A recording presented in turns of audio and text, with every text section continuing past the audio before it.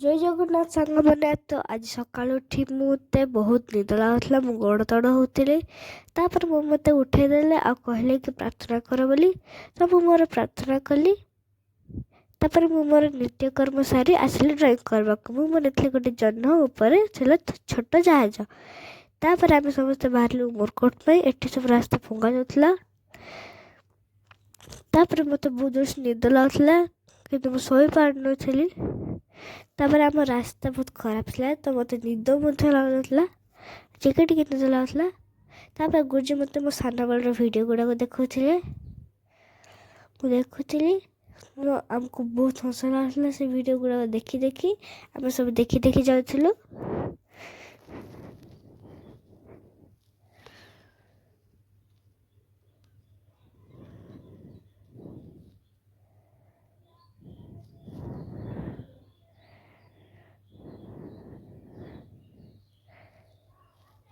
ତାପରେ ଆମେ ପହଞ୍ଚିଗଲୁ ଶିଳ୍ପା ଜୁଏଲାର୍ସ।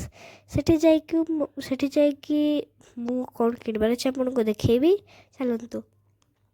ତ ପ୍ରଥମେ ମୁଁ ଆଉ ଗୁରୁଜୀ ଏକ ଚେୟାରରେ ବସି ପଡ଼ିଲୁ। ବସି ସାରିଲା ପରେ ମୋତେ କିଣିବାର ଥିଲା ପାଉଁଜି।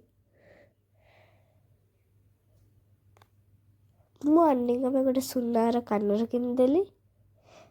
ତାପରେ ମୁଁ ଏହାକୁ ଦେଉଥିଲି, ତାପରେ ଆଣ୍ଟି ଲାଜ ହେଇଯାଉଥିଲେ।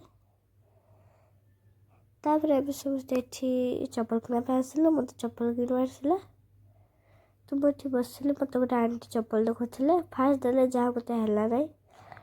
ତାପରେ ମୋତେ ଆଉ ଗୋଟେ ଚପଲ ଦେଲେ, ତାହା ଫିଟ୍ ହେଇଗଲା।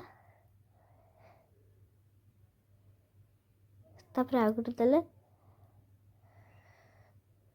ତାପରେ ଆମେ ଏଠି ଦେଖିଲୁ ବହୁତ ସାରା ଚପଲ ବ୍ୟାଗ୍ ଗୁଡ଼ାକ ବି ଥିଲା।